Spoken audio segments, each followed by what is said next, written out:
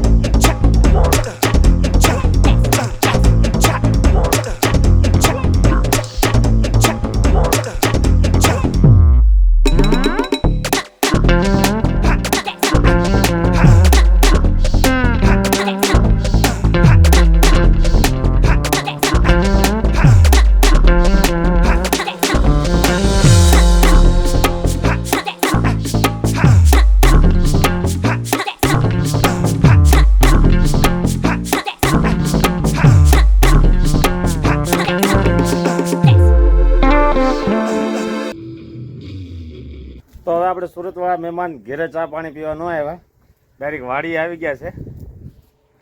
કાળુભાઈ ચા પાણી બનાવે છે. ખાટલા પરિષદ થઈ ગયું છે અહીંયા. મેં કીધું વણ આવે હાલે દઈ દો.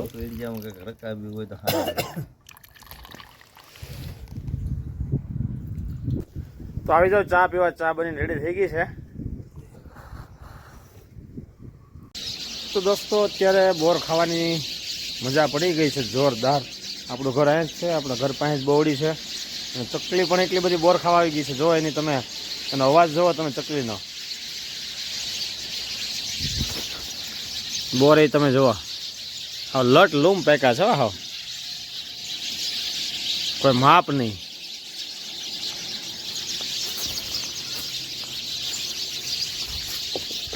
જોઈ લ્યો છે બોરની કમી કઈ અહીંયા કોઈ લિમિટ જ નથી બોરની. એટલું બોર પાક્યું છે અહીંયા. તો ચાલો આવી જાઓ ખાવા. બોર આવી જાઓ. મસ્ત મજાના બોર ઓર્ગેનિક હો, એકદમ સુપર ક્વોલિટીનો મળશે. સુપર એકદમ. તો અમારા નિત્યની બધા રમે છે અત્યારે અહીંયા. બોર ખાઈ ખાઈને ધરાણા છે દીકરાઓ બધા. હવે તો ધબધબાટી કરે છે અહીંયા. અમારા ભાઈ સુનિલભાઈ કલર કામ કરે છે. ટ્રેક્ટર શણગારવાનું કામકાજ ચાલુ છે અત્યારે. છોકરાઓની મોજ પડી ગઈ. તો દોસ્તો આજે સ્કૂલે ગયા હતા આપણે. બહુ મસ્ત મજાના સાંસ્કૃતિક કાર્યક્રમો, પ્રવચનો બધું જોરદાર બધું આયોજન કર્યું હતું અમારા પ્રિન્સિપાલ દિલીપ સરે. જે હું ભણતો ત્યારના એ અત્યારે અમારા સ્કૂલમાં અત્યારે પ્રિન્સિપાલ છે. ત્યારે તો નવા નવા શિક્ષકો આવ્યા હતા, જે અમારા બધા ગુરુ પણ હતા. અને ખૂબ સારું એવું આયોજન કર્યું હતું અને આપણે ખૂબ એન્જોય પણ કર્યું છે. અને આપણને આપણા બાળપણની યાદ આવી ગઈ હતી. અને 26મી જાન્યુઆરીના રોજ આપણે ભૂકંપ પણ આવેલો. કચ્છમાં ખૂબ જ મોટા પાયે નુકસાન થયું હતું. એ ભૂકંપમાં ઘણું જાનમાલનું નુકસાન થયું હતું. તો આપણે ભગવાન પાસે એક જ પ્રાર્થના કરીએ કે